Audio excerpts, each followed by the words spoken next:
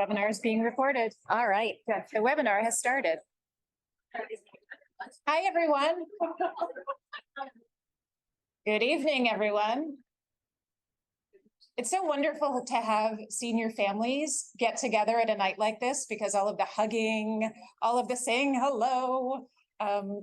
We didn't have a lot of time where we could see each other and be close to one another. I know that time is sort of long gone, but I still kind of think about it. I think about those times where we weren't able to be here in person. We do have some folks that are online tonight because we did open up a Zoom, and we also have, we'll send out a recording. So if you want to watch it again, you are certainly welcome to do that. But if someone's missing tonight, they will get a recording, hopefully tomorrow. I usually try and edit it down and take out our bloopers. But welcome tonight. We're so excited to have you here. And thank you, all of you, for coming. And I sincerely mean that. I know there's a great deal of information to keep track of.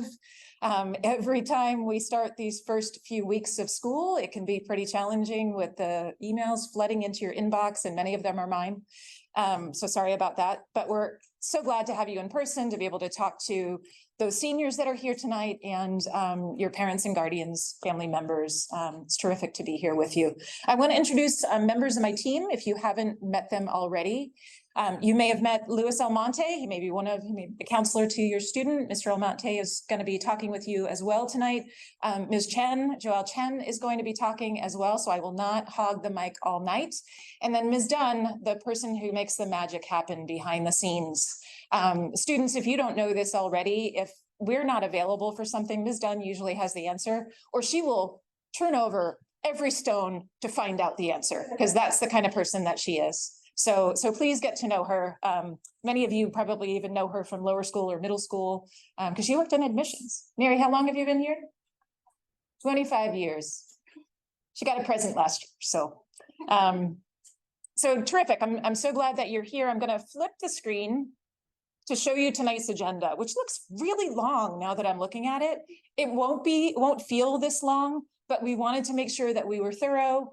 We will leave time for questions at the end, but we did want to make sure that we, talked about the things that we wanted to talk about. Some of tonight is going to be about sort of philosophy, and some of tonight is going to be about like logistics and some information. You've already got the list of dates before you, so we tried to include everything from SAT registration and exam dates to times where you might have a day or two to go visit colleges. And of course, we got joint programming in there, a whole bunch of different things. On the flip side of that calendar, you've also got information about signing up for high school visits and a few other things. The date at the very bottom is the date for our first financial aid night. And we'll talk a little bit about both of those things tonight. I just learned today that parents can't see the list of visitors who are coming. I think we're up to 97 right now, but you can see that through your students' score accounts. So students, you know that you should be signing up to visit with representatives who are coming. Again, we'll talk a little bit about this overall. So without further ado, I'm not going to read through the whole agenda for you, but you know what's coming and what lies ahead. This is one of my favorite cartoons that I borrowed from the New Yorker because it aptly describes the start of the college process, especially in the space of what I continue to call a pandemic hangover. I feel like there's still things college related that are connected to the time of the pandemic and the application increases that we saw and different things that colleges did, and also things that colleges did in a really positive way to be able to outreach to you all in ways that were better and more accessible. But I also realized that making sense of college policies can be complex. You might have 12 schools you're looking at, and 12 schools do things very, very differently. I have students ask me questions about something that feels pretty simple all the time, and my response is often, well, it depends. If we're talking about this school versus that school versus that school, if we can help you make sense of those things, that's also what we're here for. But to those of you who had a student go through this process before, I think you can probably attest to the fact that once you have that careful list of colleges and you're focused and your students have really started working carefully on their essays, putting together their activities, and this is what we've been nagging students about all summer, but also this fall, you know that if you utilize those resources correctly, the process can go really smoothly. And tonight we want to talk to you about how we can support you in this process and hopefully make it feel a little bit less complex. When folks walk out of this evening, they often say, oh, that made sense, and it makes me feel a lot better. So that's our goal. Hopefully we'll get there tonight. Many of the parents and guardians have heard about the case study program that we did last Wednesday during Reboot Camp. We think the students had a pretty good time. The seniors worked with 4 experienced admissions officers from Sarah Lawrence, from Barnard College, from Fordham University, and from New York University to analyze 3 fictitious applications to a fictitious college. So they weren't representing their institutions. Well, secretly they were, but they all were representing good college, because where do college students want to go? They all want to go to a good college. So that's why we name it that.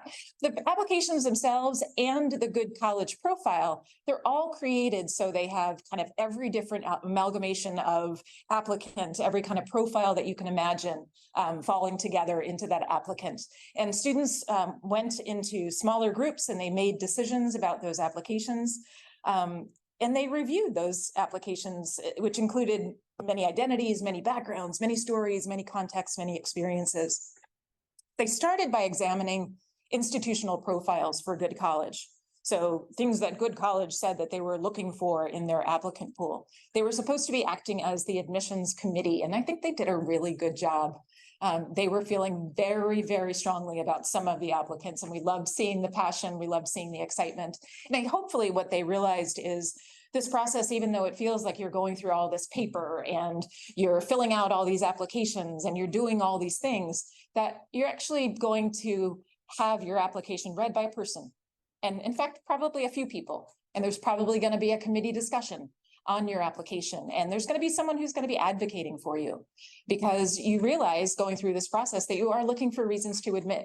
And they were led by these admission officers who guided them, who hopefully answered questions that they had. Maybe they left with more questions about things than what they came in with. But I think for most of the students, at least the ones that I've talked to and asked about it, they've said, yeah, it really made sense. You know, now I know what I'm getting into in this process. I know what will happen with my application. So they got to argue about the merits of their applicants. But we hope that the case studies did overall, our goal is to help them see that while the process is human, you know, people making decisions, applications, arguing points, and feeling passionate, there's also some things that are out of your control. Like you can't control an institution's priorities. You know, they might be looking for Greek majors or tuba players or point guards or any student from any Dakota, because that's usually, if a college says we have 48 states represented, it's usually the small population of the Dakotas that aren't on campus. They might be really looking for increasing the number of female identifying students in an engineering program, or they might have over-enrolled last year, or their applications went up 50%, or they built a new dorm and their president has said it's time for expansion. These are things that we don't always know because sometimes they're talked about on the campus community and they're not part of the admissions spiel. They may be things that are happening as they go, but they're things that, you know, I think are good to know that there are some things that are out of our control. And of course, I realize in some ways it's a simplistic assessment. We emphasize for the students, this will never be the case. There's never going to be just 3 applications and not just one college. You've got many, many choices. And this is why we help you build balanced lists of colleges so that you have great opportunities at the end of this process. But I think it's also important to understand there's institutions have priorities that we can't predict sometimes, and we can't become them either. You can't like craft yourself to become that thing that's going to fit perfectly. Sometimes that doesn't work. But at the same time, I want to make clear that we have opportunities that lay before us. There's many things that we can control. The effort and successes that students have generated, we can brag about. We can put those forth, and the practical steps we can take to compel positive outcomes. You know, every conversation I have with students, we talk about the things that I'm advising them to do, and I try and talk to them about why this is practical advice. Even just something as simple as starting an activity description with a verb. If you start them all with a verb, there's parity between those descriptions. You have the opportunity to be able to present something to a tired admission officer whose eyes are going to follow that line of those verbs, and it's going to make reading a little bit easier. We put more breaks between some of the essay paragraphs because it's going to make it easier for that application reader to read that application. So some of these things are real practical and things that we want to make sure that you know that we can do. They are things that we can control. I also want to talk about another thing that we talked a bit about. We talked a bit about the other day with students because it was a big thing that happened in the field of college admissions, but also to our world this summer. So I wanted to give you some sense of what we talked about to the parents and guardians, what we talked with students about, and then also what colleges are doing and kind of what all this means. So what you see here are samples. It looks like a jumble, a big mess, but it's samples of some of the hundreds and hundreds of emails I've received from colleges reaffirming their commitment to a diverse student campus. And they say this not only about students of color on campus, certainly that is what the focus of the decision from the Supreme Court was all about. But they do this to talk about how they are looking for a diverse body and student body in terms of insights, perspectives, ideas. Like these are going to be questions that many of our students are going to be answering because many colleges have added a question about diversity on their application. So every student is going to be able to point out some of the things that they feel are really important about themselves that make them unique. The students in the room know that we also suppressed race and ethnicity on the applications in the demographics section of those fictitious applications because we wanted it to reflect what colleges are doing, what they must do following the Supreme Court's recent decision on race-conscious admission. So I want to share a few words that I shared with students about the decision and how it's already affected some of those policies and practices. For those of you that might not be aware, and might not have been following the two recent cases that went before the Supreme Court, I promise you I'm not going to give you a big history lesson. I just want to make sure that I'm covering certain pieces of it. But in 2023, July 2023, the Supreme Court ruled on the use of race in college admission, significantly limiting how colleges can consider race as a factor in the admission process. This is something that's become more and more narrow over the past several Supreme Court decisions, but one that has affected all public and private universities that receive federal funding. The term affirmative action, you hear that term and especially see it in the media all the time. It was first used by President Kennedy in 1961, so a little bit of history. It was an executive order about employment opportunities. At the time, it had nothing to do with college admission, and it wasn't even specific to race. It was mostly related to religion, country of origin, and then later on, gender and sex, and of course, race and ethnicity. The programs, as they evolved, were designed to provide assistance for veterans, the poor, the disabled, women, racial and ethnic minorities, and others. And yet the greatest controversy arose concerning race-based affirmative action programs. The policies and initiatives, though, didn't exist in a vacuum.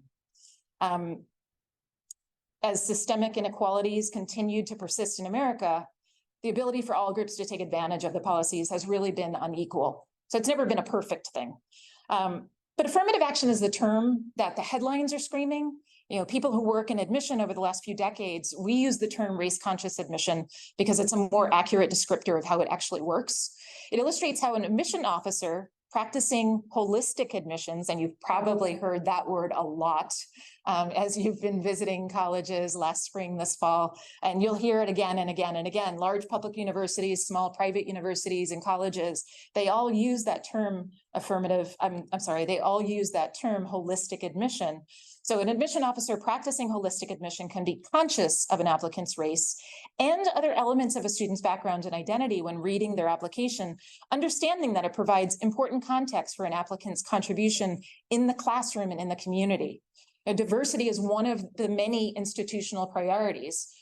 Colleges talk about racial and ethnic diversity. They also talk about global diversity. They might be starting new academic programs. They want the people that are sitting around their Harkness tables or their Socratic seminars, they want those people to have lots of varied perspectives. And I think we also know as New Yorkers, college is supposed to prepare students for the real world. And we know that the real world, if we walk outside, is comprised of individuals with varied life experiences and perspectives, backgrounds and identities. And that identity question is something that, again, almost all of our students here are going to answer a question about identity. So it is relevant and important to all of us. The most important thing I want to say, though, is it's important to understand that race is not an explicit factor in making admission decisions. It's not just about a checkbox. It's also important to know that eliminating a check mark doesn't eliminate race as an important element of identity. I think there's a lot of families in our community, outside of our community, that think this is doom and gloom. And colleges still want to enroll a diverse community. So they are going to be looking for elements of identity in an application. I also want to affirm to all of you and support our support, most especially to students of color, but also to all of you in telling your full story. Like, that's really important to us. We want colleges to understand the factors that have shaped your identity, your story, your history, your background, your perspective. I often talk to students about how the application itself is like a big collage. There's many voices in there that are talking about who you are. Your teachers have some really great perspectives. We as college counselors, we interview all of you and we make sure that we're navigating and narrating your transcript, that we're talking about who you are in our school community. A lot of that happens, it means we're talking about your identity as well. And I'm not talking just about race and religion and ethnicity. I'm really talking about who you are in our school community. So we do our best to highlight all of those things and the information that you give us through your questionnaires and surveys that you filled out and in those interviews and just in our daily conversations. They really make a great difference in terms of what we're able to do to talk to colleges about you. So what are colleges doing in response to this decision on race-conscious admission? I want to highlight a couple of things, and then we're going to move on to our next part of the conversation. They have been reaffirming their statements of diversity. This is like a sample of some of the things that they've been writing to us and telling us, talking about the benefits of diversity, inclusion, equity, and belonging on their campuses and in their communities. And this is something that we talk about here at Berkeley Carroll too. So it's very much in line with the kinds of things that we discuss on a regular basis. They're examining the holistic review process to ensure that each application is reviewed in context of a student's academic background, as well as personal life experience. When students, if you choose to list race and ethnicity on that demographic section of the application, it will be suppressed in what colleges will read. I've talked to many of my colleagues who are admission deans and directors and vice presidents of enrollment, and what they've talked about is keeping data separate so that they are able to capture that data. So later on, they can actually examine that data. Once the process is over, they can report on what their pool looked like and what the profile of their class looked like. I was in California when Proposition 209 came about, and that changed the face of college admissions for the public universities. And I read applications for UC Berkeley last year and the year before. Race and ethnicity are not part of those applications. Income is. That's kind of interesting. I read rural India. So it was really interesting to see, the disparities between, the tuition at Berkeley for an international student coming from outside the US and what their income levels were. But I digress. It's important to know that that will be suppressed as they review applications for every student. They're also adding supplemental questions. I mentioned this a little bit earlier, so they can have an understanding of students' personal history, their context, their experiences, and their influences in order to see how their identities have been shaped. They're increasing their commitment to some programs, some traditional fly-in programs, which used to target underrepresented students. And now they've refocused some of those eligibility targets to first-generation, low-income students, sometimes other identifiers. They broaden their outreach and recruitment, sometimes to more K-12 pipeline programming. I think we'll see more and more of that, especially from public universities and colleges. Geo-targeting of low-income zip codes related both to the school and to where the family lives. So they have lots of technology at their fingertips to help really in their expansion of their program and how they do their recruiting. And then they're deep in partnerships with their community-based organizations and some larger organizations that focus on access and equity to encourage and identify and nurture students' potential. So that's a little bit about what's been in my inbox for the last couple of months, in addition to your wonderful emails, which I always welcome. If I've missed an email from you, this is probably why. So don't hesitate to write back to me if you haven't heard from me within 48 hours. With that, I'm going to turn it over to my colleague, Mr. Luis Almonte, to talk a little bit about some more advice.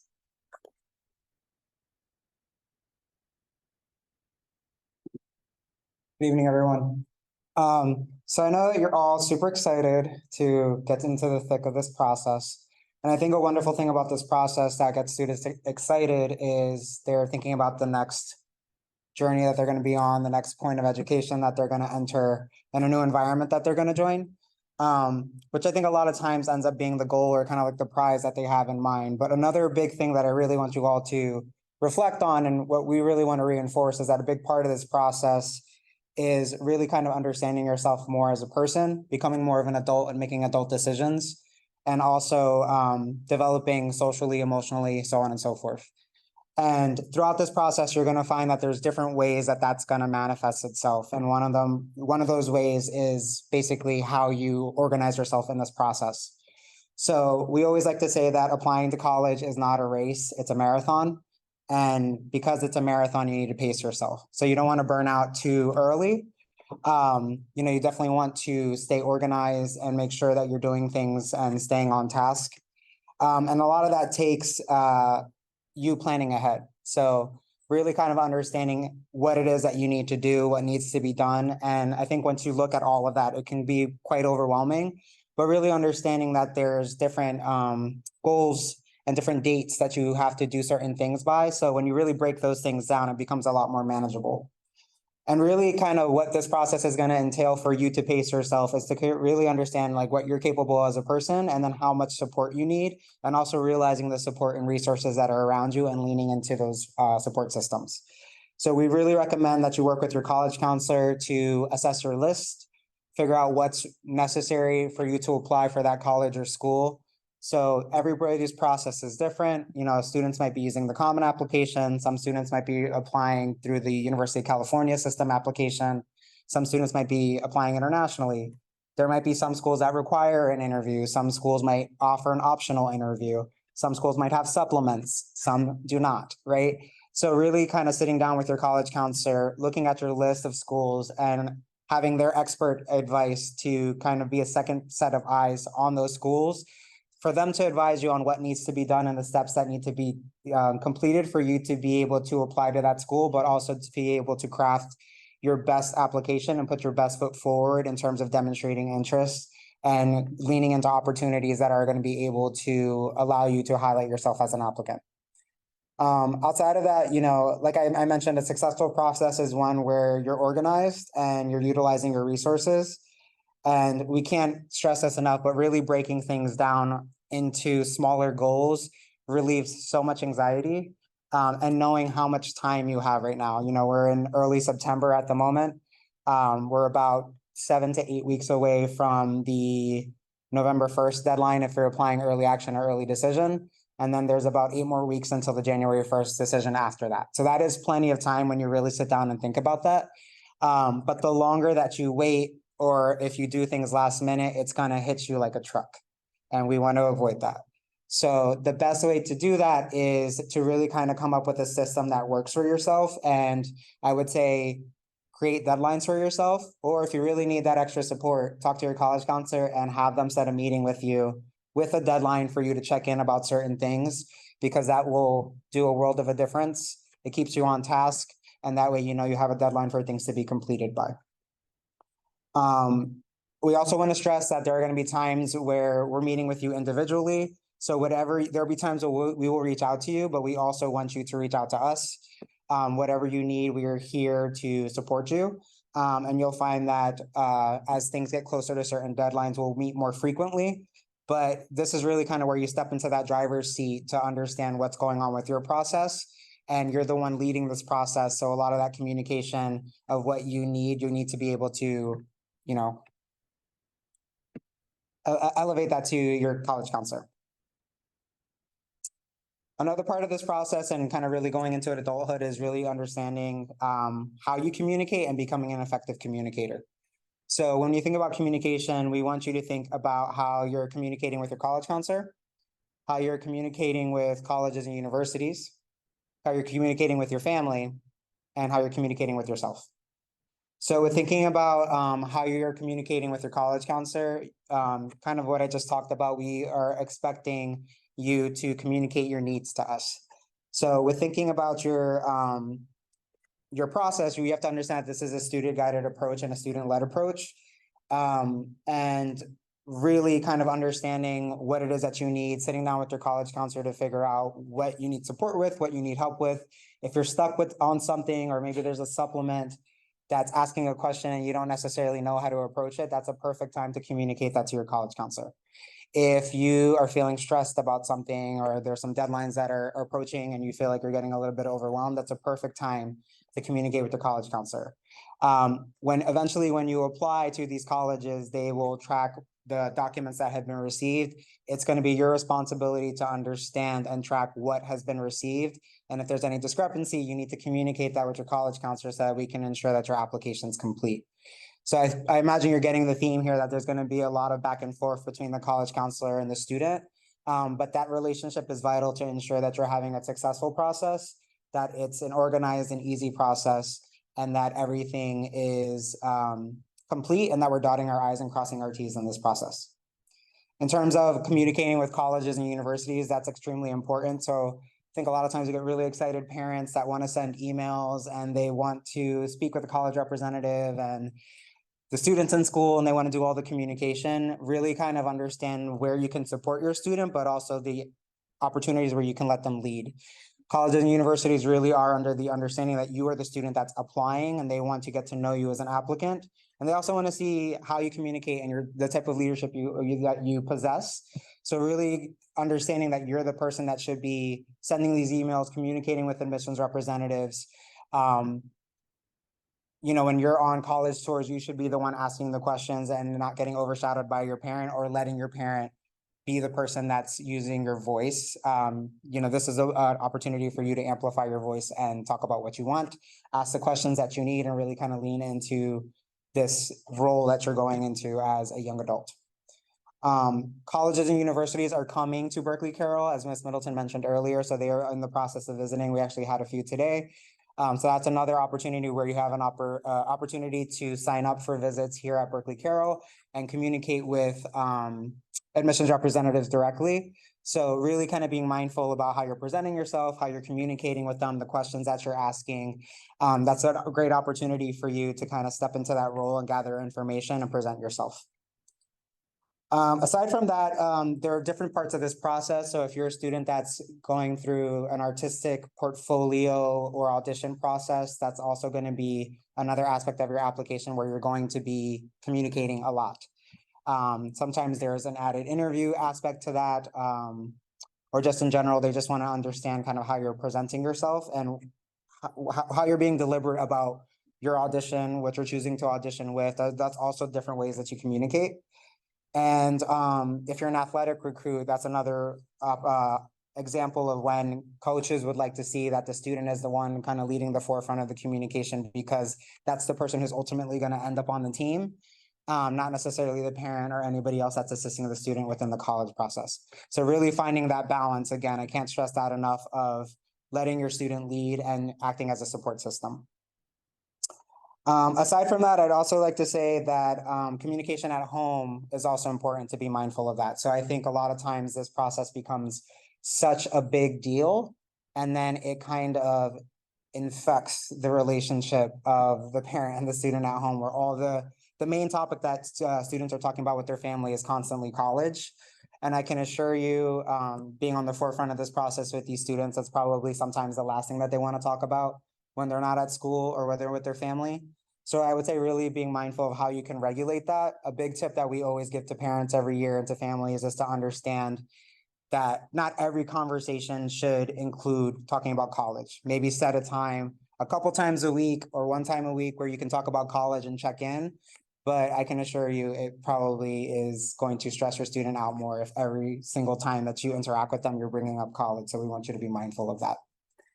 And then the last thing I would say is, students, I want you to be mindful about how you're communicating with yourself. So this process sees a lot of success, and then there's also a lot of disappointment. And I think being mindful of how you speak to yourself and internalize things is really important. And a big way to process that is to be able to communicate those feelings and to be able to communicate your thoughts, whether it's excitement, whether it's disappointment, whether it's confusion.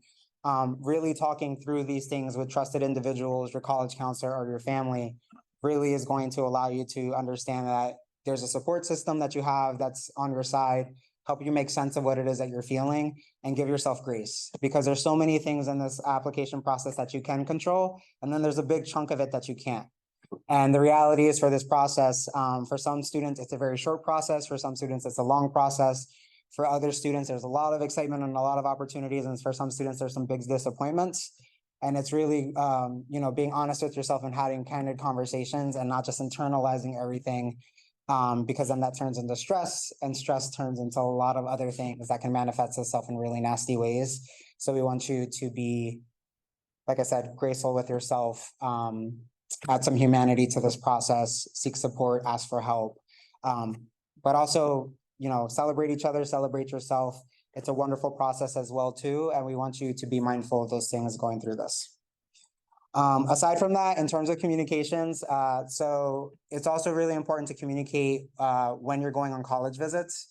So throughout the year, there are certain dates within the fall semester and the first semester where you'll be able to go and visit colleges.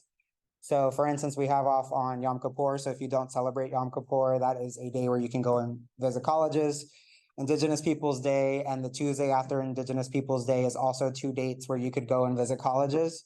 If you are deciding to go and visit a college on a day that we have a regular scheduled school day, you are able to do that. So Ms. Dukley, Tashiana, is going to be sharing a Google form with a checklist that will ensure how to go through this process.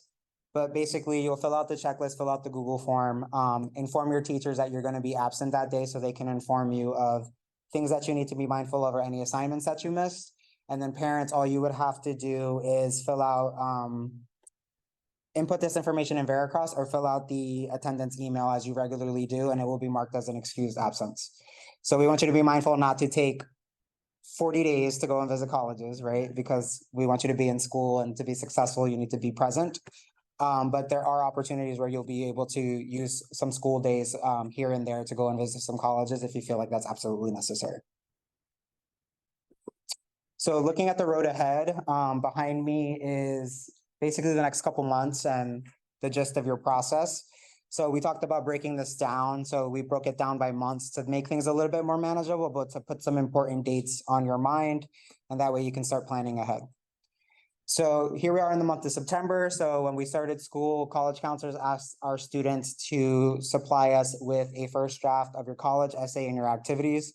So majority of you have done that, and you have been getting feedback, or we're in the process of giving you feedback on those documents. So we really thank you for that. If you have not created your activities section or your personal essay, we recommend that you schedule a meeting with your college counselor to come up with a plan for that, because ideally we would want to get you moving along with that, so that way we can start getting some things on your checklist completed. And like I said, manage some of that stress on the back end of things, so that way we're not waiting too long. You should be narrowing down your college list and continuing to prepare your application. So this is key and necessary. So ideally at this point in time, you should have a general idea of most of the schools that you might be applying to, knowing that this list might be fine-tuned in the next couple of weeks or months. But ideally at this point in time, if you've identified your schools, you can figure out what's the next step in the process. Do you have to do an interview? Is there a supplement to write? Do you have to demonstrate interest? If you don't know those schools at this point in time and you wait till later on, there's going to be a lot more that you have to do within a tighter deadline. Throughout September, ideally, it's a good opportunity to start scheduling some of your college interviews if you have them, preparing your portfolio, and arranging and preparing for your auditions. Throughout the months of the first semester, you can start signing up for college visits via SCORE. So you can see that some schools have signed up between now and December, and that's constantly updating. So I would say go in to SCORE, see what colleges and universities are coming to visit, and sign up for the visits that you'd like to be a part of. And then finally, we mailed home your transcripts. So your transcripts are being sent home to you, so that way you can review them to make sure that everything looks correct, that none of the grades look funky, that no classes are missing. For the most part, they should be correct, but sometimes here and there is a slight hiccup. But if that's the case, then you would just escalate that to the college office and we would rectify that. But if everything looks good, you can sign off on that transcript with you and your parent, and then that gives us permission to send that transcript to your colleges and universities that you're applying to. In the month of October, the CSS profile becomes available. So if you're applying for financial aid, this is a really important date to take in mind. So the CSS profile is used by most private colleges and universities to provide you with financial aid that comes from the institution itself. So I would mark that on your calendar to complete that as soon as possible, especially if you're considering applying early decision and you're receiving financial aid, because they would need that document to be able to create a financial aid package for you. By October 2nd is the earliest deadline form and first supplements draft due for October 2nd. So if you're planning to apply for early action, early decision schools, we would need to know what those schools are by October 2nd. And ideally, those supplements for those schools that you're applying early decision or early action should be received by our office by October 2nd. So that way we can provide you adequate feedback and you can create those edits to be able to be submitted by the appropriate deadline of November 1st or 15th. Then you're going to continue with your portfolio auditions and interview planning. And then we have a financial aid program scheduled for October 5th, which is titled Succeeding in the Financial Aid Process and Program. So it's with Paul Martin, who is the founder of College Money Method. So we've been partnering with him since last year, and he will be doing a pretty in-depth presentation for families that are looking to apply for financial aid. Your final essays or supplement drafts are due for early decision 1 and early action schools by October 27th. And with an updated list and score. So that way, again, we can provide all of this information and have it ready to go by the November 1st, 15th deadline. In the month of November, that's the first deadlines that more than likely most students are seeing. So early decision and early action are going to be either November 1st or November 15th. So if you're still debating if you're going to apply early decision, you have plenty of time. I would say ideally, if you figure that out by mid-October, early to mid-October, that puts you in a good place to be able to complete anything that you need to do for that school by that date. This is also a friendly reminder. Some students, I think, are kind of debating what they should ED for. This is a reminder that you should apply ED to your favorite school. It doesn't necessarily have to be your most selective school, because remember, ED is a stepping stool. It's not necessarily a ladder if you're trying to reach a certain target. Also in November, as soon as you apply early, you want to take a short rest, maybe a day or two, and then complete the rest of your applications. So we encourage you to complete the rest of your applications because it's important that if early decision works out, great, you got into your dream school.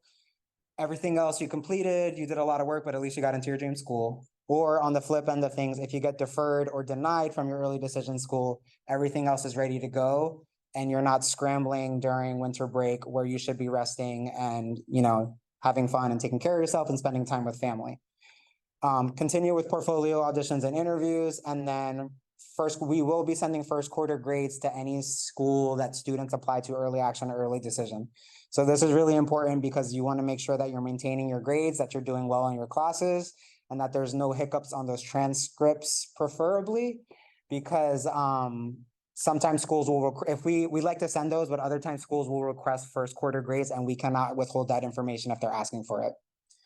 And a strong senior year upward trend can make all the difference. So, first quarter grades, a lot of times can show a trajectory. It can show a continued upward trend, or it can show that you're just on par and doing really well in your senior year schedule, which is predominantly mostly where students are taking their most advanced level classes. And then the final month is December. So this is a little different. So this year, the FAFSA form is going to be available on December 1st. Years prior, it was also available on October 1st, but they recently changed this year. So the CSS profile is available October 1st. FAFSA is available December 1st. So that's also important to complete because that's going to be taken into consideration when you're completing your financial aid package and when a school is assessing how much they can give you in financial aid.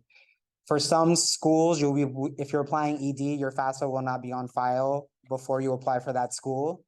So I imagine that they're going to use the CSS profile, tax information, or as much as they can as possible. And then once they receive your FAFSA, finalize your package. And then just to reiterate the final deadlines, December 4th, we should be getting the final college list of supplements. Again, for the 4th, so that way we can provide you feedback and final edits. So that way everything's ready to go by the time that you go on winter break. Because you should get a rest, we should get a rest, and nobody should be working during winter break because that sounds horrible. All applications for January 1st should be ready to submit by the 15th, again, by the time you go off for winter break. And then late January, when grades are available for any school that you've applied to for the regular deadline, or any school that you still have an active application out with and you haven't received a decision, we will send your first semester grades. So again, I echo the same things that I said about your first quarter grades. Make sure that you're doing well, make sure that you're maintaining your grades, because you want to show that you have a strong academic profile, especially in senior year.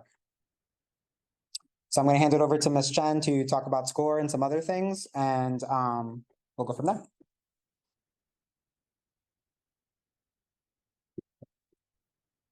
Folks, I'm gonna adjust for height real quick. All right, so we've talked a lot tonight about kind of ways for our office to best support you and your families on this journey. And one of the biggest resources that we have is SCORE. So a lot of students are probably already familiar, maybe slightly sick of SCORE. I promise you SCORE will be your best friend by the end of this cycle. But SCORE is what we use not only for you all to do research on the colleges that you're applying to, but it's also how we submit our materials to a majority of our institutions. So it's really important to be mindful of how you and your students are using SCORE in this process. So as we mentioned, we have a lot of colleges coming to visit Berkeley Carroll, around 97 so far. If you are following them, if they are in your applying column, you will automatically get updates letting them know or letting you know that the school is coming to visit. So follow as many schools as you'd like, the schools that you're excited about, because this is a great opportunity to connect with a college. It's also a great way to show demonstrated interest for some of those schools that are really interested in how you're reaching out to them. Once you get a good sense of the schools that you know you're going to be applying to, you want to start moving them over to the applying column you see here. The applying column can be really helpful also as a tool for organization because it will tell you your deadlines. There are some early deadlines coming up as soon as October 15th. Some September 15th deadlines, to be quite honest. So if you move things over to that applying column, that's another really helpful way to start getting organized. Once you've decided you're applying, you filled out the Common App or the UC app, or you're applying to an international school in the UK, so you filled out UCAS, you're going to move that to the applied column. You're going to add the ID for the Common App or the UC app or the UCAS app into SCORE, and that's going to indicate to us to send materials. So it's really, really important if you're applying to a school, once that application is submitted through Common App, move that over to the applied column. That notifies us, that notifies Ms. Dunn so that we can get all those materials out. And at the bottom image, you can see all of the visits so that you can, again, connect with some of the counselors. Make sure you are communicating and asking permission from your teachers to come to these visits in school. If you're not able to get permission, you have an exam, it's a really important lesson. Ask if you could come for the first 5 minutes. You could get the business card for the admissions officer, you could introduce yourself, fill out an inquiry card, show that you're interested, and return back to class. But really make sure that you're looking through them. Ms. Dunn also puts up all of the information on the bulletin board outside of the college office, but really make sure that you're checking and registering to be able to learn more about these institutions. We've talked a lot about getting organized, so I'm not going to kind of go even further in depth, but just as a reminder, we do have a couple of other resources. So earlier in the spring, I believe Ms. Middleton sent out a draft document, like a sample organizational chart for you all to use. This is just one example, but it can be really helpful to get everything together. I had a meeting with a student earlier today, and they mentioned, now that I actually have a plan, now that I kind of know what I'm doing, I'm excited about it. It doesn't feel as nerve-wracking because you know what those next steps are. So a spreadsheet like this, some students like to put their deadlines in their phone and get notifications that way. For some, that might seem really stressful and anxiety-inducing. So figuring out what's the best method for you. We're here as a team to help you come up with ideas, but really getting that organization will save you, as we've all mentioned, a lot of stress and actually make this process fun. Getting organized is also essential because as much as we would like it for all of the colleges to have the same process for every student, it's all going to be different. So if you're doing portfolios, if you're doing interviews, but also on the Common Application itself, sometimes questions are hidden for schools. We all worked with you all over the summer at the essay writing workshops. And for the students, they might have remembered, we showed them, for example, Cornell University. If you go to Cornell and you say you're applying to engineering, you get a completely different question than if you're applying to their arts and sciences schools. So making sure you're going through the Common Application, you're going through the UC application, whatever that application portal is for you, and going through to find those questions now and not on October 31st, it's going to save you all some panic. We also wanted to just briefly go over a couple of terminology that we've been using tonight. So early decision, early action, single choice, early action, regular decision. What does all of that mean? So early decision, that's kind of like, that's your top choice, as Mr. Almonte mentioned. You really should be considering early decision if you know that this is the school that you really want to go to. You believe their school colors. This is your best match.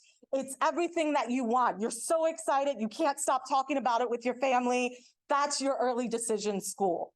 Early decision 2 is just a later deadline. So some schools might have 2 rounds of early decision. Early decision 1, maybe November 1st. Early decision 2, maybe January 5th. Both of them have that aspect of, I'm really showing interest to you. I really want to be there. I often think when I worked in the admissions world, it was kind of like putting a thumb on the scale. You still had to be academically admissible, but you were showing us that you really wanted to be at that institution. And so we wanted you there a little bit more as well, right? Early decision has one downside that I think, and that's the financial aid component. You'll still get the best financial aid package you would if you applied regular decision, but that turnaround time is tight. So if you apply early decision 1, you might have to make a decision that you're going to that school by January 1st or so. So you really won't have time to compare financial aid packages with other schools. So if financial aid is something that you and your family are considering, talk with us about early decision, if that's going to be the best option for you and your family. It might be in some cases, but it's still something to really take into consideration there. Early action, if early decision's putting a thumb on the scale, early action is like a quarter. You're still kind of showing I'm interested, I'm applying early, might not have as much weight. And what's great, unlike early decision where you can only apply to one school, early action, you could usually apply to multiple. You're getting applications out there. You're hearing back early, but you don't have to make a decision until May 1st. So you can compare financial aid packages. You could hear back from different schools. So we often encourage students, if there's early action on the table, it could be a great thing. So that way, before December, before January, you might have heard back from a school. And that can change your mindset when you're like, oh, I already have a school that I'm in. I'm excited about that. So early action could be a really great one to consider. Then because it's college admissions and we like to get funky with it, there's something called single choice early action or restrictive early action.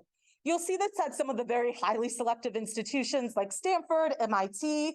It pretty much prohibits you from applying to other early action schools or other early decision schools, with an exception made for public institutions. So say you really like this early action school, single choice early action school, but you also want to apply to SUNY Albany. You might have the possibility to do that. So that's where that trickiness comes into play, and it's a small percentage of schools. Regular decision, that's where a majority of applicants apply. You're applying usually around January 1st through the 15th, and you hear back around April 1st, potentially before then as well. Regular decision, again, you are kind of being able to express your interests. You're in a bigger pool though. And we will be honest with you, and we have a lot of data, and we'll talk with you about each school, that we're seeing more and more trends towards admitting a big chunk of the class in early decision or early action. That should not make you apply ED or EA to a school, but we're going to have honest conversations with you all about what that means. And that brings me to kind of my last point about building a college list, having these conversations with us so that that list is balanced. It has schools that you're excited about, in that reach category, in that middle category, and in that foundation category. So for last year's graduating class, the average number of applications was around 13. And we often see Berkeley Carroll students applying in that range of 10, 14 colleges. However, every single student, it's gonna look different. Some of you might apply to 12, some of you might apply to 3, some of you might apply to 15. I always go back to my own family. I'm the oldest of 3. When I went through the college process, I applied to 3 colleges. My middle brother applied to 1, which was incredibly stressful for my mother. And my youngest brother applied to 8. One family, 3 completely different processes. And the same applies to all of you. One school, Berkeley Carroll, but all of you are going to have very different lists, very different schools, very different processes. This list, or how your college, where it falls in these 3 categories, might change depending on major. It might change depending on early decision versus early action versus regular decision. So we all have a lot of information, a lot of data that we can work with you so that you feel confident and, again, excited. You should be just as excited about your reach schools as you are about the middles and the foundations by the time that we put this list together. So I'm going to bring back Mr. Almonte to talk a little bit more about financial aid.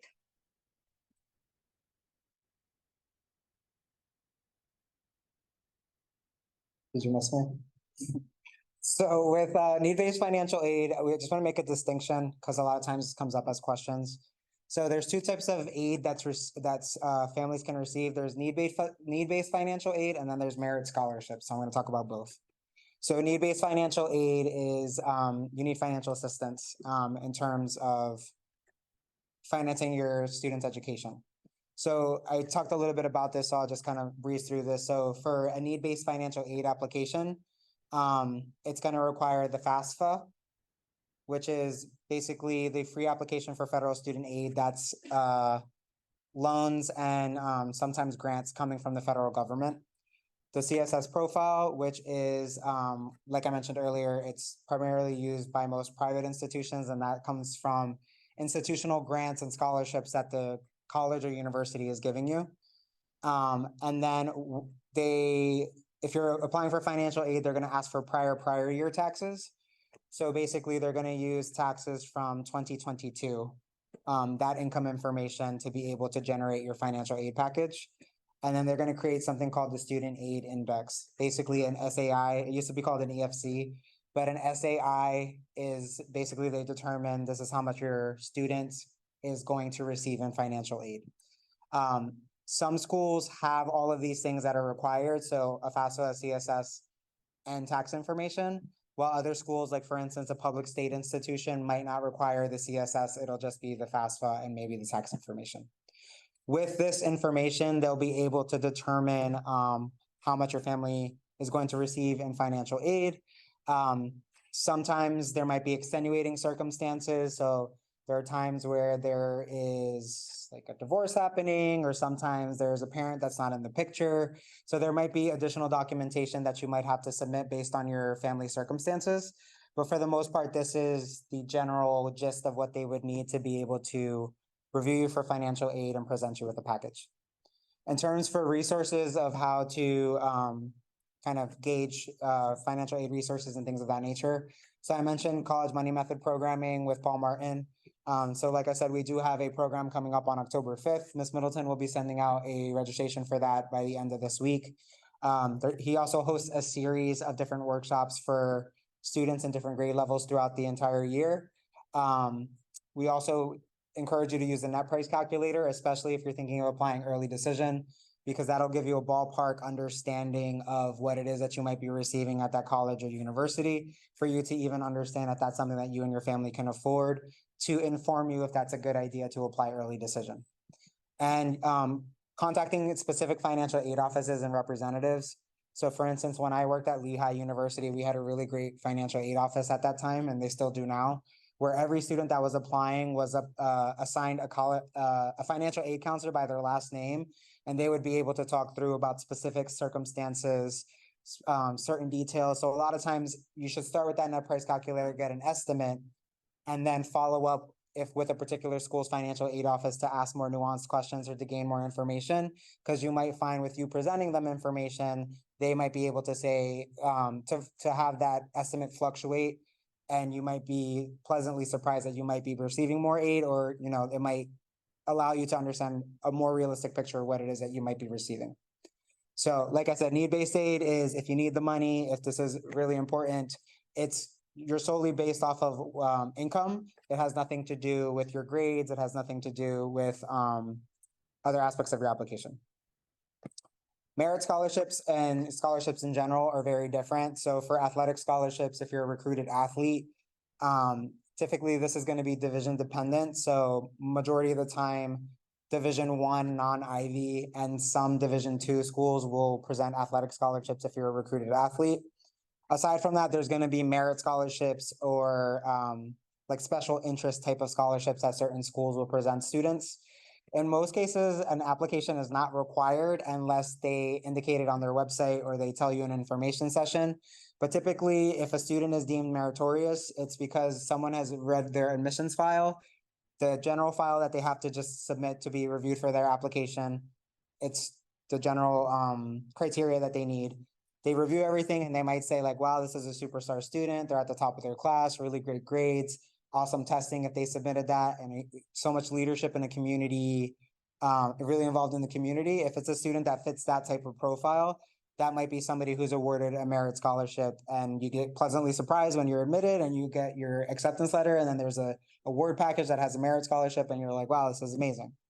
Other times it might be a talent-based scholarship. So it might be because of your art, or it might be because of being an actor or an actress. It might be a social justice oriented type of scholarship. So there's lots of different scholarships that are out there for different schools. So I would say if you're interested in merit scholarships, it's always good to ask questions to admissions representatives or inquire about those opportunities on certain websites just to see what's out there and what might be a possibility. In terms of outside scholarships, you can also actively pursue outside scholarships, and there's usually scholarships for everything. There's scholarships for being left-handed, there's scholarships for being Jewish, there's scholarships from being from Brooklyn. So two websites and kind of search engines that we recommend are FastWeb and Going Merry.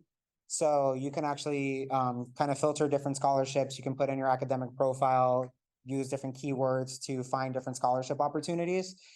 Some of them will just require your academic information. Other ones might require an essay, some type of supplement or additional information. But I would say it's a good time around now, this time of year, to start looking at opportunities that you might be able to apply for to be able to subsidize your tuition and cost of attendance in the future. Okay, I'm going to hand it back over to Ms. Middleton.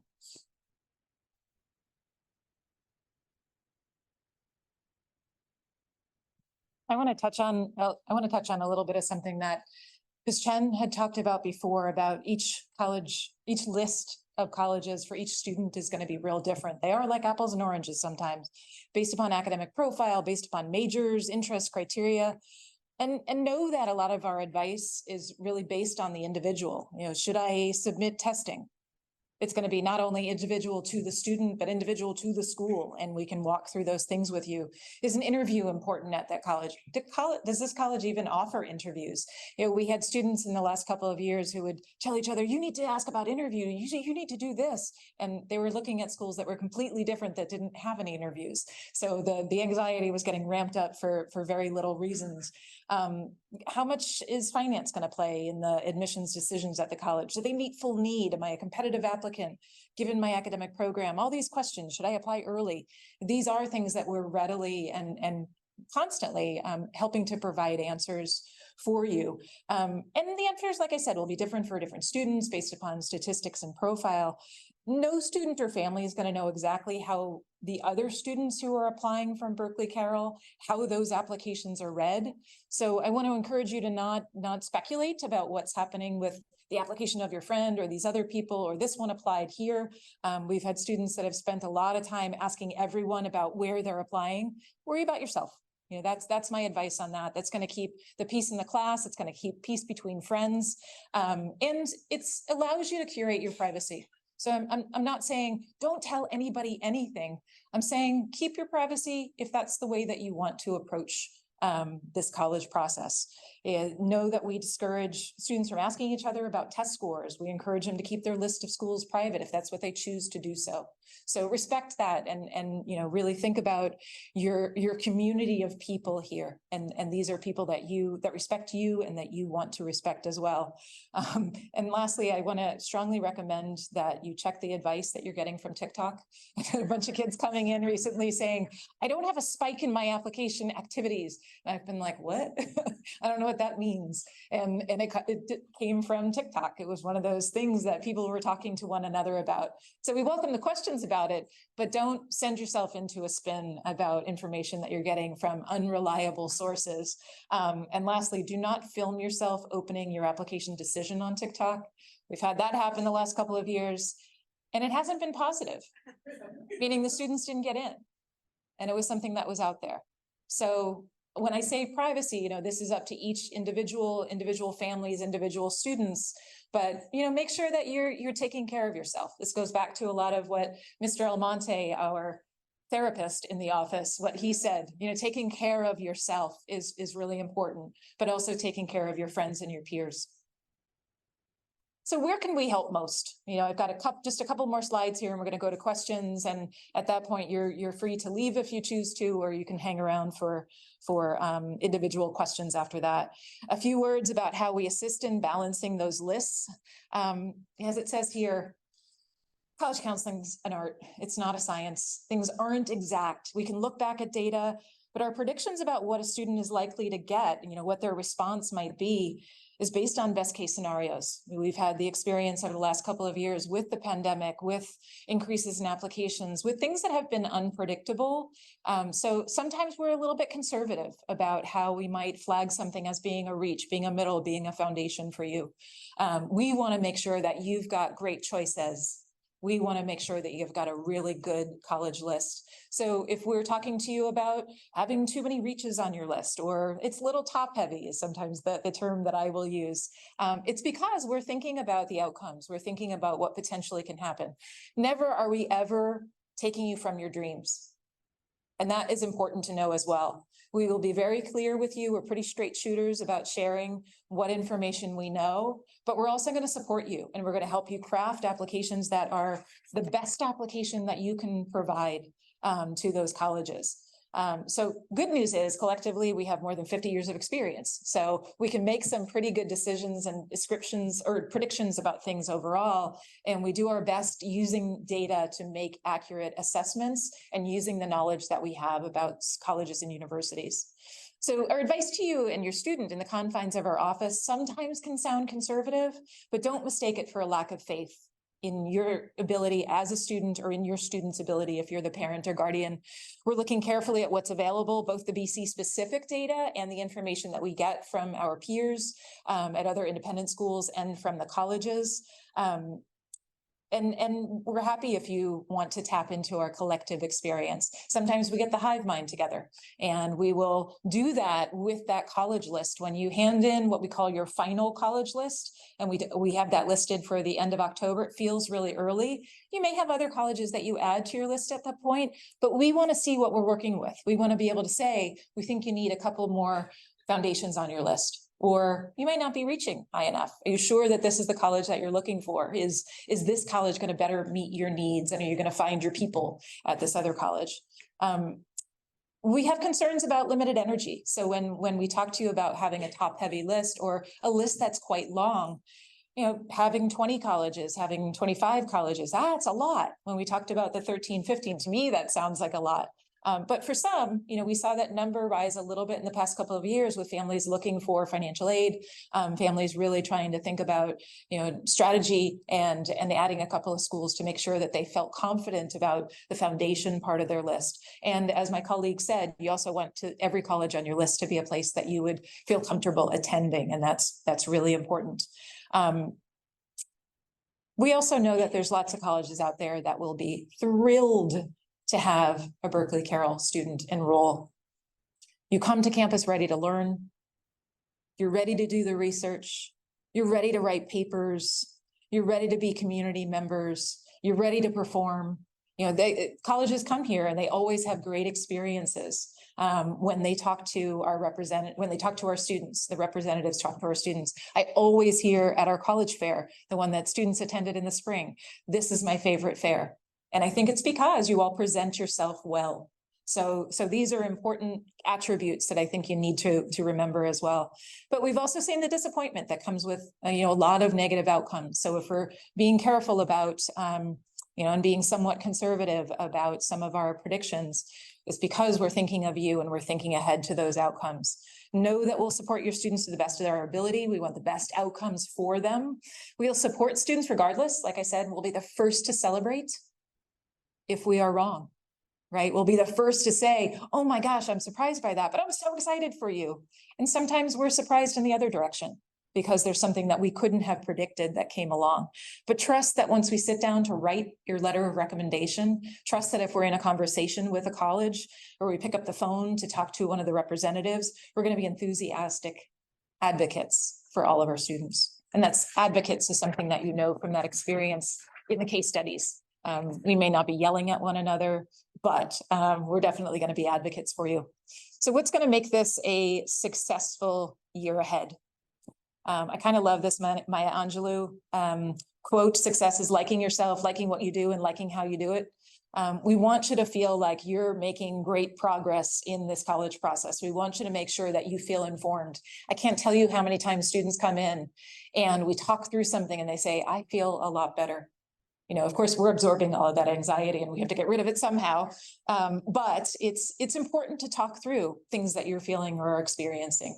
And we're there to do it with you. But really, there's going to be 4 things that bring success. One is engagement. And Mr. Almonte talked quite a bit about communication. We need students to be on board and be on our calendars.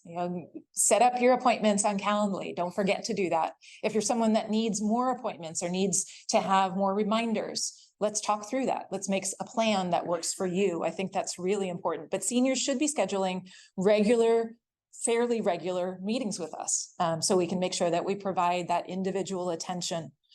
And tune into the items that we might post on Google Classroom, use SCORE, sign up for meetings. I know all of this is a big ask, but these are things that we want to make sure that we ask of you so we can do our best to support you and serve you the best way that we possibly can.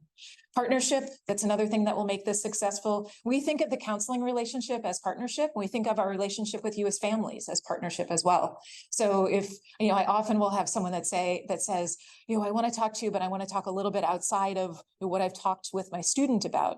And that's fine. I want to make sure that we have that communication, that you as parents and guardians have the opportunity to be able to talk to us, that students can talk to us. And sometimes there are moments where we keep information close to our chests as well. And we guard that information for you, but we also encourage your communication.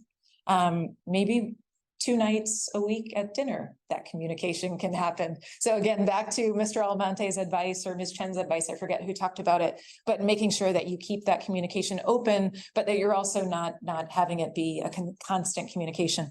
Keep an open mind. When we ask for you to submit that final college list, like I said, we're doing a check on that college list to see if we feel confident and comfortable that you've got a list that is balanced. And if we ask you to maybe consider a couple of other places, we're doing it for a reason. We're asking for you to be able to do that.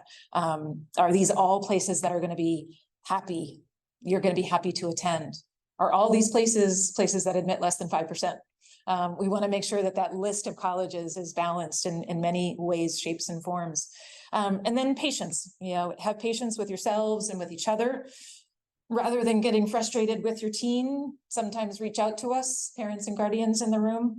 Have patience with yourselves, because the effects of everything around us and the fact that everyone is an expert on college admission, or so they think, that can be pervasive as well. That can be a challenging thing to manage, because you're quickly becoming experts.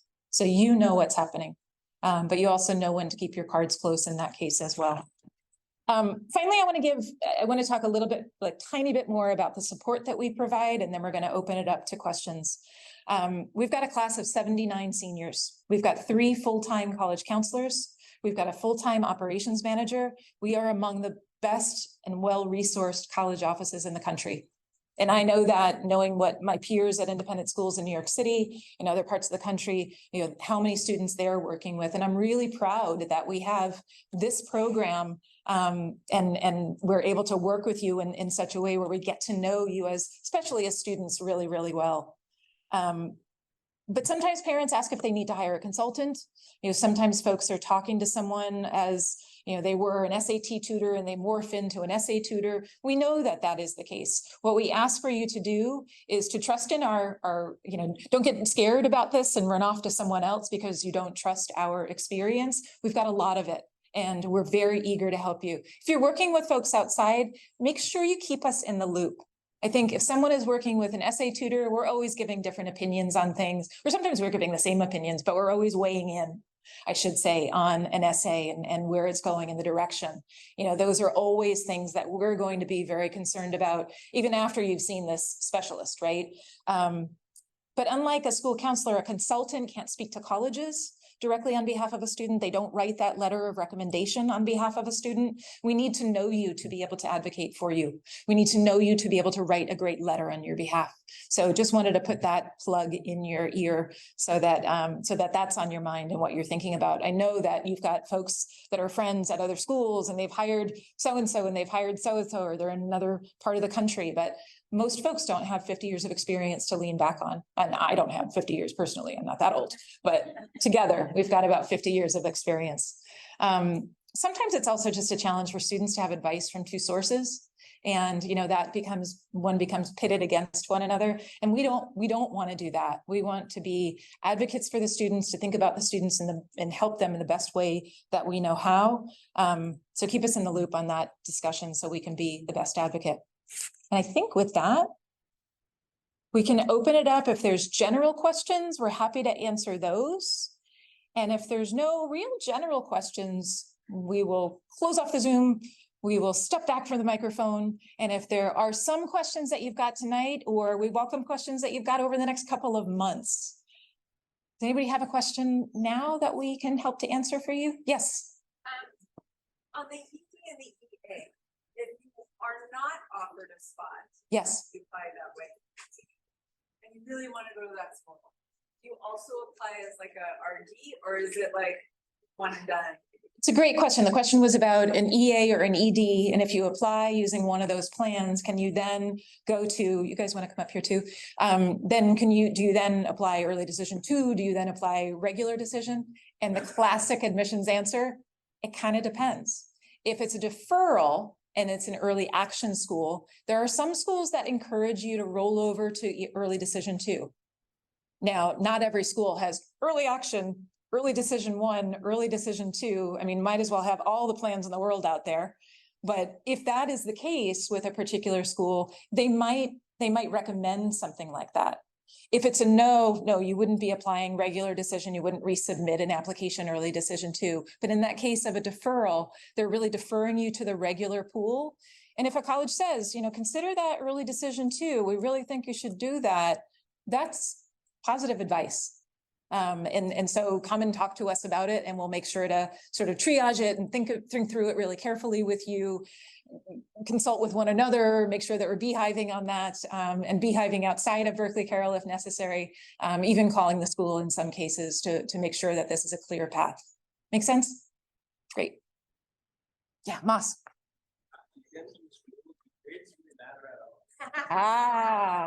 After you get into a school, do grades really matter at all? Like for regular once you're done, do you really have to We send, you've heard that we send first quarter grades.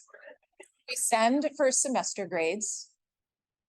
First of all, I think that you would have a hard time taking your foot off the gas entirely. Let me just say that about you, because I think that you strive to do well because you love learning, right? And I think that happens a lot in senior year. You get the opportunity to pick some classes that you really love. So I find that students don't take their foot off the gas so much because they're actually enjoying what they're learning. And it changes a little bit when you don't have the pressure of things involved, right? Colleges do rescind. So if folks drop levels of grades, Colleges will question that. I've even had colleges question that, a student got in early decision based upon their first quarter grades. Wesleyan asks, just as an example, this is one school, they ask for first semester grades, even from those students that they've already admitted. I got phone calls. And we have to scramble and make sure that we've got reasons why this has happened. In those cases, we have had reasons why this has happened. And we've been able to help the student craft a letter about why this has happened. But they care about, the work that you're putting into those courses. If you're dropping a second semester class, you have to reach out to the college and ask that college permission before doing so, beyond what our administration would require. The college wants you to ask that. So all these offers of admission are tentative, given that you're presenting grades and scores or information to the college that is commensurate with what you've done previously. They use that word a lot, commensurate with what you've done previously. So don't take your foot off the gas too much. Can you enjoy your learning a little bit more? And if you are an A student, do A- work.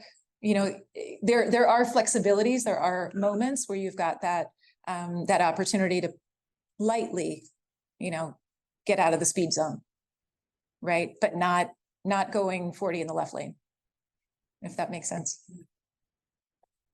Yes. It says, understanding that it really should vary and very personal to the student.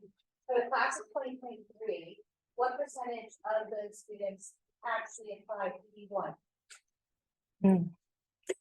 Let's see. I was just looking at these numbers the other day. The number of students that applied out of the class of 2023 early decision one, there were 53 students, and about half gained admission. Yeah. Well, actually, asking the half by E1. What was the size of the class last year? It was 72 72. students, so 59 out of 72. Does that sound right? Yeah.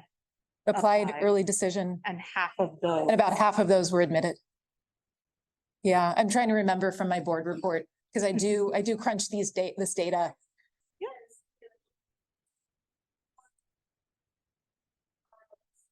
Mhm.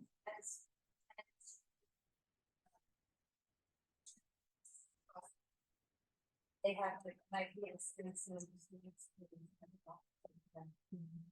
Yeah, they don't have that information on our school profile. If you haven't seen our school profile, it's what we send with our transcript. So they will see where students have enrolled on that school profile, but no college or no high school that I know of gives their data or their statistics about the prior year. We give information, no rank, there's no GPA. We don't do, number one in the class. We don't do highest GPA, lowest GPA. If we're not doing a GPA, we don't do those things. We do provide a grade distribution.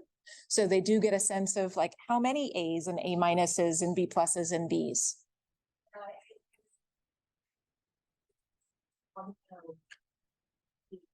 And it really the benefit to most institutions, okay? But it has become a very important part of this process. Mhm. And I mean, in your quote slide for diversity, there's a lovely blurb that was not about diversity from Northeastern, Mhm. which actually said, if you want to come to the school, encourage your student, if your students want to come here, encourage them strongly to apply E1. Mhm. So that's just, it becomes such a curious. Yeah, and here. Northeastern is somewhat Extreme. extreme. Yes, thank you. I was going to say an anomaly. I wasn't going to say anything negative. There was no cussing involved or anything like that, but they can be a little bit extreme. With regular decision, we see numbers plummet quite a bit. To give a sense of early action and early decision and the percent of the class that applies, the last 2 years, it's been 93%, 94%. So not everyone is ready to make a decision, an early decision. Not everybody is in love with a school that offers early decision. So that's the other piece of it. Not everybody is in a process that includes early decision. I think about some of my students who are doing auditions or submitting portfolios. Their process may be slightly earlier, but they can't apply early decision for some of those schools. So it's, as you said at the very beginning of your question, it's all individual. Right.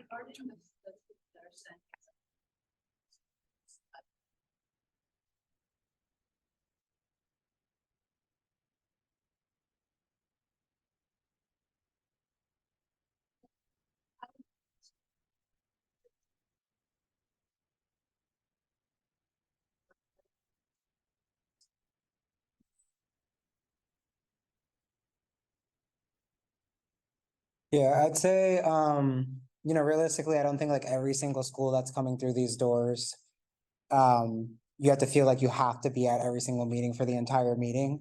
But I would say schools that you're really targeting or you're really taking seriously, or that track demonstrated interest.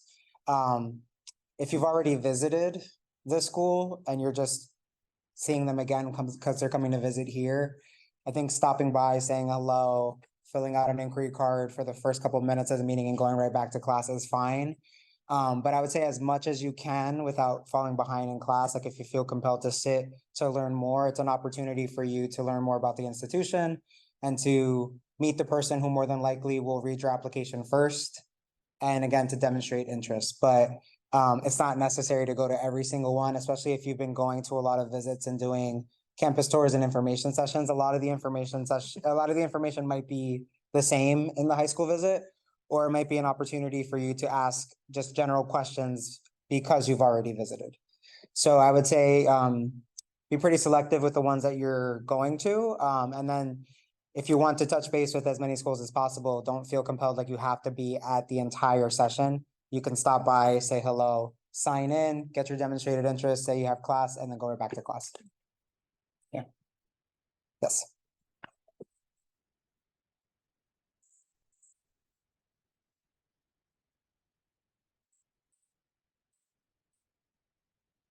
They're not tracking it through SCORE. So in terms of demonstrated interest, colleges are tracking that. Not every college does it. Typically, it's more like small liberal arts colleges, some medium-sized institutions, some larger schools, like for instance, like Syracuse, I believe, tracks demonstrated interest. Case Western, but they're typically tracking it on their end. So realistically, what that means is like anything that you've registered for. So an official information session or campus tour at their location, if it's a virtual session, if you've done an interview, that's all things that you have to register for. So if they track demonstrated interest, they will keep track of that in their files, and they would include it in the application in some way, shape, or form. With SCORE, if a student's signing up for the high school session here in SCORE, you're registering for our school to understand how many students are coming. But when the representative is there, they'll have students sign in or fill out an inquiry card for their records to take back to their institution.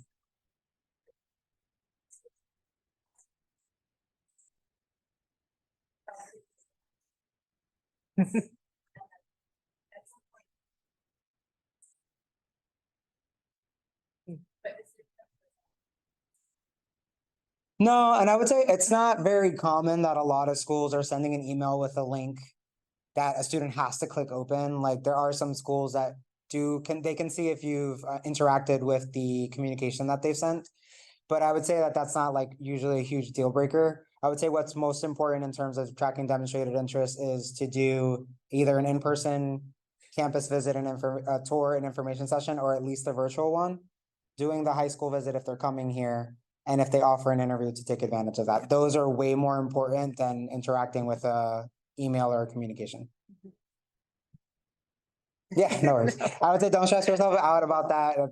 There's other more important things that I think they're tracking in terms of demonstrated interest. And to reassure you about SCORE, before we actually adopted the tool, we ran it by our IT director. And we had him go through all of the very complicated information that they provided. Colleges cannot read things in SCORE. They can't go into SCORE. They can't access it. They can't, track demonstrated interest that way. We use it as a tool to send and to push information out. So students shouldn't feel concerned about having their test scores in there if they're not submitting them. They're separate from the Common App. The question, right here. We're going to school. There's something that you should say, not say. I would say for the most part, if you're going on a college tour, you want to be mindful that the people who are doing the presentation or the tour guides or the students that you're having an interaction with can in some way, shape, or form connect that to admissions. So like if you want to comport yourself in a professional manner. But I would say aside from that, you should just come ready to learn, ready to ask questions. You obviously don't want to ask too many like personal questions. Like there should be certain things that should be probably more like a peer-to-peer interaction versus like a professional to student interaction.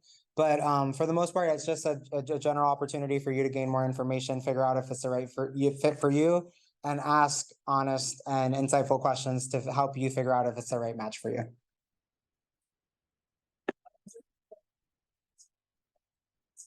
How does applying for Yeah, so you can apply early decision to one school. You can apply early action to as many schools. You can apply ED and EA at the same time. So if you're admitted ED, it's a binding contract that you're gonna go to that school and you would have to cancel out all of your other applications. But those two can happen at the same time. So that's a pretty common question that we get.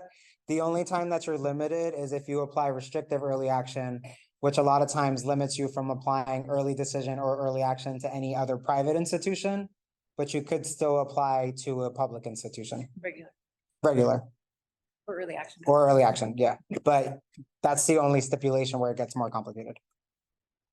Yes, Situation where a student has as their top school, an EA school, usually a bigger school, state school. And they're not gonna find out until after, until the new year. What is your normal advice in that situation? Is there a way for you guys to communicate to the institution? This is a kid who held back AD, who has you as the apple of his eye and is doing the EA to you effectively as an ED. Is there any way for the Berkeley Carroll office to transmit that information? should I take it? Sure. Yeah. Oh, okay. In situations like that, I would say it really it depends, because there's certain schools, like for instance, like a larger school like Syracuse or University of Vermont, like we have an admissions person. But for instance, like University of Wisconsin, we don't have a regional representative. They're not structured that way. So I think a good rule of thumb is like if we do have a contact that we can have the student communicate with, we can work with the student to craft an email that is really kind of demonstrating interest and showing how serious they are about wanting to attend the institution. Typically, you want to be careful with language. If a student's going to say that a school is their first choice, they should really mean that. But really being kind of deliberate and purposeful about what it is that they're crafting. And if there's anything that we can do on our end, if we have a contact that we're familiar with, there are times where we do advocate on a student's behalf, or we will connect with a representative to be able to kind of explain the situation, let them know how serious a student is about the institution, and sometimes they will take that into consideration. I think in situations like that, if a student's really excited about a school that doesn't have ED and they're applying EA and they're gonna find out after, the ED1 deadline and so on and so forth, they have to understand that, what type of school it is, whether it's a region, middle, or foundation, and then ensuring based on what category school that is, that the rest of that list is balanced. So best case scenario, they get in, but alternative scenarios that there's some more options at the end of that process if that school didn't work out. Yeah. Sorry, just to add for that, what Mr. Almonte was talking about is kind of like a letter of continued interest or a letter of interest that doesn't just have to be in that scenario of there's no early decision offer. Potentially, like Ms. Middleton mentioned earlier, there might be a deferral. So you apply early decision and they defer you to the regular decision round. That's another great place that we can help support you. Write that letter of continued interest saying, I really just want you to know I'm really passionate about this space. Or if it gets to that point, offers of wait list to send out that continued letter of interest. So that's something that can come up in a lot of different moments in this process, but we're here to help. We have templates for that to just, again, reaffirm from the student, and they really want to hear from the student. If the parents want to reach out, sure, but they really want to hear from the student why you want to be at that place, what you're bringing to that campus. And so we have those letters of continued interest that could be really helpful there. Back it up. Yeah. And for those letters for continued interest or wait lists or deferrals, we have templates that we share with students, and then you can craft your own letter. So for the sake of time, we'll take about like one more question if you have it. Where is it? I don't know. There was one. Nancy all the way in the back. Okay, Going once, going twice.